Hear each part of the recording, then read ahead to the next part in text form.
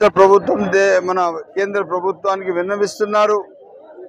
దీనికి రేపు మైనారిటీలకు మంచి జరగాలంటే పెద్దలు చంద్రబాబు నాయుడు గారు ఆయనే సర్వస్వమని తెలియజేస్తున్నాను. ఇంతకు ముందు హైదరాబాద్ ఉమ్మడి రాష్ట్రం ఉన్నప్పుడు ఉమ్మడి రాష్ట్రంలో కమ్యూనల్ ఓల్డ్ సిటీలో కమ్యూనల్ రేట్స్ జరిగేవి. 5 నెలలు 3 నెలలు ఎప్పుడు కర్ఫ్యూ ఉండేది. అటువంటి ఇష్యూకి గాడిలో పెట్టి లా అండ్ ఆర్డర్ సిస్టంలో పెట్టిన చరిత్ర పెద్దలు చంద్రబాబు నాయుడు గారిది.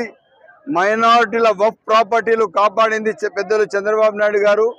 ఈరోజు కూడా వఫ్ ప్రాపర్టీస్ ఇష్యూ ఏమన్నా ఉన్నా రేపు ముస్లిం మైనారిటీలకు ఆంధ్ర రాష్ట్రంలో సర్వ హక్కులు కల్పిస్తూ వాళ్ళ మంచి కోసం వాళ్ళ పిల్లల భవిష్యత్తు కోసం మైనారిటీల హక్కులు అన్నీ రావాలా కలగాలంటే పెద్దలు చంద్రబాబు నాయుడు గారు తప్పకుండా మనతో ఉంటారని చెప్పి ఈరోజు ఈ వేదిక ద్వారా తెలియజేస్తున్నాను.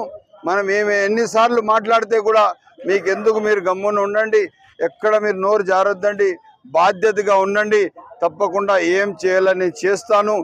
ఎప్పుడు కూడా ఆయన మ్యాన్ ఆఫ్ ఎ సెక్యులర్ మంచి పరిపాలనకు ఆయన దిక్సూచి బాధ్యతగా పనిచేశారు. కానీ ఏ రోజు ఏ ఇష్యూస్కి ఫ్లేరప్ కానివ్వలేదు.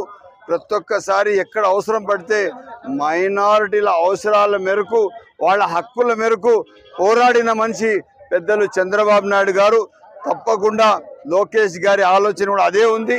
తప్పకుండా మనము ఈరోజు ఆంధ్ర రాష్ట్ర ముస్లిం మైనారిటీల వక్ ప్రాపర్టీస్ కానీ వాళ్ళ హక్కులు కానీ వాళ్ళ పిల్లల ఉద్యోగాలు కానీ 4% రిజర్వేషన్ కానీ ఈ షాదీ ముబారక్ స్కీమ్ కానీ ప్రతి ఒక్కటిలో సకాలంలో అందుబాటులో పెట్టి మైనారిటీల కోసం అన్ని విధాలుగా పలికే మనిషి, మైనారిటీల హక్కుల కోసం పోరాడే మనిషి పెద్దలు చంద్రబాబు నాయుడు గారు.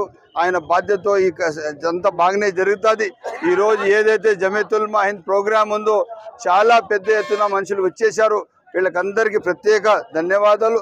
తప్పకుండా ఈ ప్రోగ్రాం గ్రాండ్ సక్సెస్ అవుతుందని చెప్పి తెలియజేస్తాను.